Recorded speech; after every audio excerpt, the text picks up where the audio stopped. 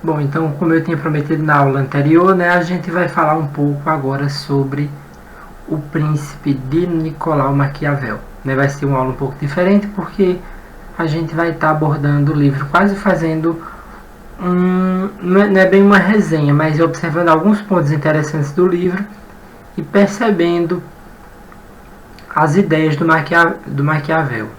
Nas aulas seguintes a gente pode fazer algumas aplicações dela na prática, né, no determinados governos.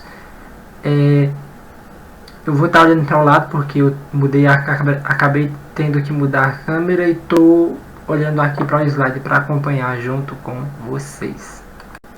Primeiro é importante que a gente saiba algumas coisas sobre o próprio Maquiavel, né? Ele era de Florença, ele é do século XV. Ele nasceu em Florença, como vocês já sabem, né? Todo o trânsito cultural, toda a estética, toda a arquitetura, toda a economia que estava acontecendo ali em Florença durante o século XV, XVI, por aí. Ele é filho dessa época. Ele era dramaturgo, ele era secretário de governo, né? Então, ele foi um intelectual em sua época, um homem das letras, né? Então, alguns pontos que seria interessante que a gente aborde, que eu destaquei aí embaixo para vocês. Primeira coisa, o Maquiavel, ele vai dizer que o ser humano ele tem um instinto natural de dominação. Ou seja, ele por natureza, ele deseja poder. E o que seria esse poder aí? Governar outras pessoas, né? Você tem aí um governo sobre outras pessoas e, portanto, você vai ter interesses econômicos. Então, Maquiavel vai dizer pra gente que devido a essa ambição que é inerente ao ser humano, que ela nasce com o ser humano, a gente teria aí uma predisposição à corrupção, ou seja, de trapacear para conseguir esse poder. O Maquiavel vai dizer também que os governos, eles podem ser, através de uma história, né, através do estudo, eles podem ser previstos, né, no sentido de que o governo, a política é cíclica. Entra um, comete determinados erros, aí cai e entra outro. Sabe o ciclo d'água, né, que acaba, a água evapora, chove de volta, evapora, chove de volta, e naquele ciclo sem fim. Ele vai dizer que o governo, a política, ela tem uma similaridade, ou seja, ela tem coisas que você faz dentro da política que elas podem se repetir, que outras pessoas podem aprender com aqueles erros. Então, ele cria esse livro, O Príncipe, como um manual de administração. O que seria isso? Um manual que ensinaria um governante a governar, a se manter na administração pública. Então, ele faz esse livro como um presente para, eu esqueci o primeiro nome do rapaz, mas é da família Médici, que era muito importante em Florença naquela época. Vocês vão ver até famílias reais francesas no futuro com esse sobrenome. Mas o Maquiavel de início é o governante de Florença, na época. O Maquiavel de início, ele faz esse livro e dá de presente a esse governante, né?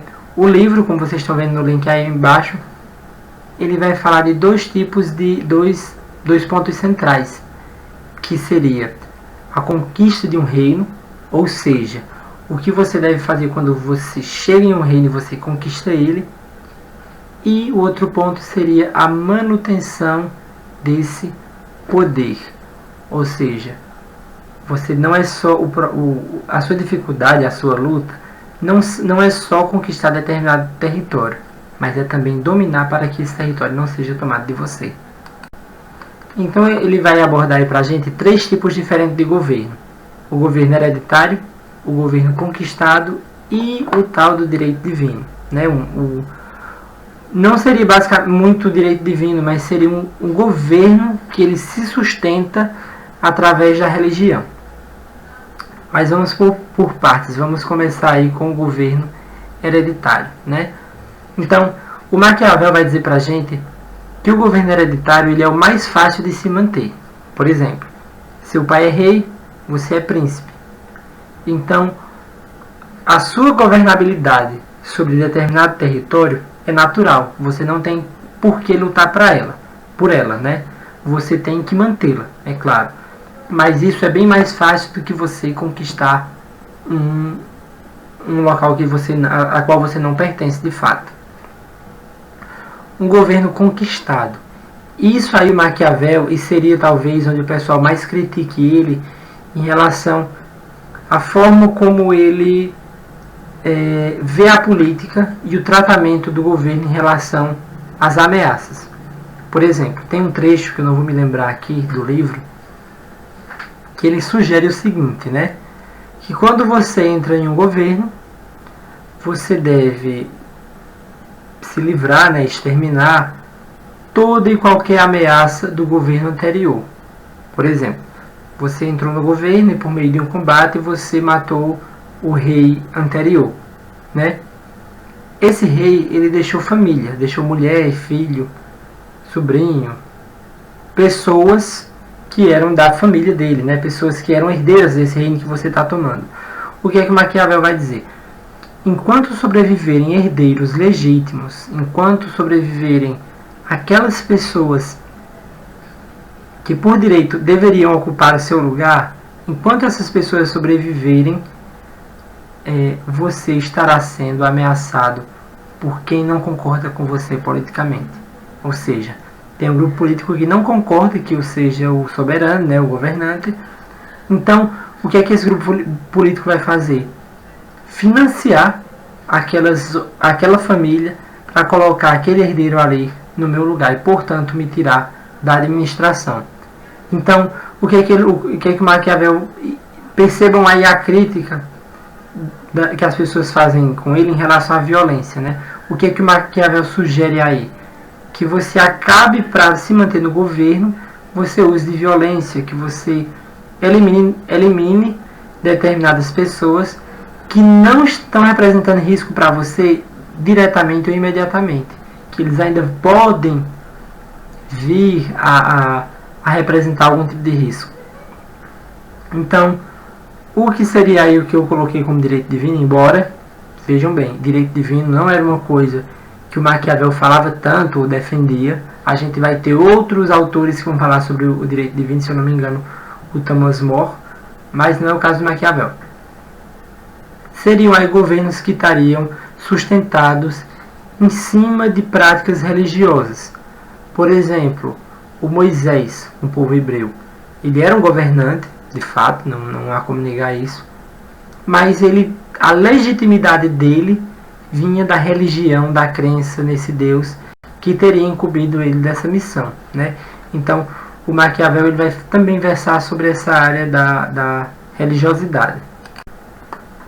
É bem interessante a forma como o Maquiavel vai falar sobre como o soberano, o príncipe, né? Eu vou falar o príncipe porque é o nome do livro, mas quando ele fala sobre príncipe, ele vai falar sobre qualquer tipo de governo, qualquer tipo de soberano, qualquer tipo de rei, de governante, né? Então, ele vai dizer que o príncipe ele deve se portar como um leão e como uma raposa. Ele não deve elencar um jeito de se portar sempre, e sim abraçar várias formas dependendo da situação. Por exemplo, quando você é atacado, vou usar o exemplo do animal, né? O leão é um animal feroz, é um animal que ele consegue, através da violência, se sobrepor a outros, né? Isso é uma atitude valorizável para um rei, adorável para um rei, né? É uma coisa importante que um rei tenha, um príncipe. Mas a raposa, ela tem mais habilidade e esperteza de se livrar de armadilhas, coisa que talvez um leão não tenha. Um leão ele cai com muita facilidade em uma armadilha. Então, é nesse sentido que ele vai falar que o soberano ele tem que ter tanto o poder, a agressividade de se livrar de determinados inimigos, como ele também tem que ter a sagacidade e a inteligência para se livrar de armadilhas ou de lutas desnecessárias, né? Uma das coisas que Maquiavel fala também é sobre a virtude e a fortuna. O que seria isso? A virtude seria as virtudes de um príncipe. Uma pessoa, para governar, ela precisa de uma série de virtudes, seja de apreço público, seja de oralidade, seja de inteligência administrativa. Ele vai dizer que é preciso que o príncipe ele tenha virtudes para que ele consiga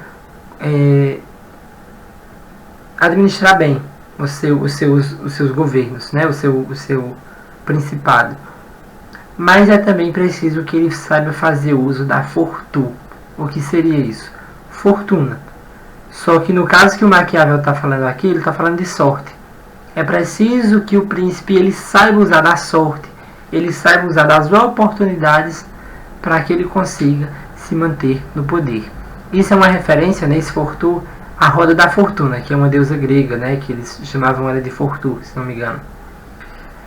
Nessa roda da fortuna, essa roda, né, ora você está embaixo, ora você está em cima. O Maquiavel ele vai dizer o quê? Que se você fizer bom uso de suas virtudes, você vai conseguir sempre estar por cima. Eu separei aqui algumas frases, porque é interessante que a gente veja, essas frases são retiradas do livro, viu? Porque é interessante que a gente veja com as palavras de Maquiavel o que ele estava propondo dentro da estrutura das ideias dele, né? Então, essa primeira frase ela é bem objetiva, bem clara. Ela diz: você é aquele que tem que eleger seus inimigos. Veja só o que é que ele vai dizer aí. O príncipe, ele deve saber qual inimigo ele deve escolher. Ele não deve agir por emoção. Por exemplo, aquele reino vizinho, eles fizeram uma coisa, invadiram determinado território, eles sequestraram determinada pessoa, fizeram uma coisa, e o príncipe nesse sentido ele não deve agir por emoção. Por quê? Porque talvez se eu escolher aquele cara vizinho meu como inimigo, eu perca o meu poder, o meu governo. Então eu não escolho ele como meu inimigo porque eu sei que ele é mais forte do que eu. Entenderam aí a jogada? Talvez você já tenha ouvido a palavra maquiavélico, né? As pessoas às vezes interpretam errado, né? Você diz, fulano de tal é maquiavélico, dizendo que a pessoa é ruim. Na verdade o sentido não é esse. O sentido da palavra maquiavélico quer dizer dissimulado. Você está dizendo que a pessoa é dissimulada. Por quê? Porque nesse sentido, o que é que o Maquiavel vai dizer pra gente? Ele vai dizer que uma pessoa tem que ter relações com outra, mesmo que não goste dela, porque a ajuda politicamente. Por exemplo, um caso político. Eu não gosto de determinado político, eu não gosto do que ele prega, do que o partido dele traz para mim. Mas eu sou candidato também na política, um exemplo. E eu preciso da parceria dele, da ajuda dele, para que eu me eleja, ou eu me candidate. Então, eu serei maquiavélico em que sentido? Eu estarei fazendo amizade com uma pessoa que eu não gosto, que seria minha inimiga, mas eu vou ser dissimulado. Eu vou fingir que gosto dele, que tem uma boa relação, porque isso me ajuda politicamente. Isso me ajuda no sentido da minha convivência social, né? Então, quando você diz que uma pessoa é maquiavélica, você está dizendo que essa pessoa é dissimulada. Ela finge algum tipo de sentimento, ela finge algum tipo de atitude, porque ela deseja ganhar uma coisa em troca. Ela tem algum benefício. Vou ler aqui a segunda, sim. Deve-se compreender que um príncipe, em particular um príncipe novo, não pode praticar todas aquelas coisas pelas quais os homens são considerados bons, uma vez que frequentemente é obrigado para manter o Estado a agir contra a fé, contra a caridade, contra a humanidade e contra a religião. O que é que ele vai dizer nessa frase aí? Que o príncipe, o governante, ele está acima, no seu exercício, né, de governante, ele está acima de parâmetros morais, por exemplo, né? Quando é que ele vai dizer aí que ele está acima disso? Que às vezes, para manter o seu governo, o príncipe ele vai ter que agir contra a fé, contra a própria religião dele, contra aquilo que as pessoas acreditam que seja bom. Por exemplo, esse caso que eu disse agora. Eu entro, conquisto um território e o filho do antigo soberano, ele ainda está vivo. Aquela criança ela não representa nada para mim. Mas como eu sou um governante e sei que aquele ali pode tomar o meu trono um dia no futuro, alguém pode tramar para colocar ele, eu vou lá e condeno ele à morte. Isso é uma coisa ruim, é uma coisa desagradável. Mas para o Maquiavel, o que é que ele vai dizer? Que é dever do príncipe. É dever dele manter esse governo. Então, ele muitas vezes vai agir contra esses parâmetros de humanidade, de bondade, que as pessoas comuns têm que seguir. Mas segundo Maquiavel, o príncipe, se ele quiser se manter no governo, ele não pode seguir isso. Ele tem que, primeiro, pensar na questão política e na questão administrativa para que ele não seja derrubado, né? Então, esse terceiro ponto e último é bem interessante.